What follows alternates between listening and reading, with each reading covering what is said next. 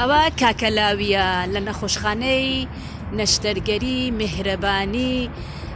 مهرەبانیە، نەخۆشخانەیەکی وەبەرهێنان و مرۆڤی لە بواری تەندروستیە. کاکەلاوی هەموو پارەکانی خۆی بەخشی. کاکەلاوی برێنکە دەخیلەی بەتار بووە، کا وەسڵەکەت کوڕی من وەسلیشی وەرگرتیە کە پارەی خۆی بەخشیە. کاکەلاوی چەند ساری پێش ئێستاش هات یەک پشتی و بەرهەمهێنانی لە بۆ خۆی کڕیە لە بۆ داهاتوو هەتا قازانج بکات. جگە لە قازانجکردنیش خێرە. هەر کەسێک حەزی لێبی دەتوانی بێتە نەخۆشخانەی نەشتەرگەری مهرەبانی. دوو جۆرە پشتی خێری هەیە بکڕێت، پشتی خێری و پشتی وە بەرهەمهێنان. سوپاسی کاکەلاویەکەین.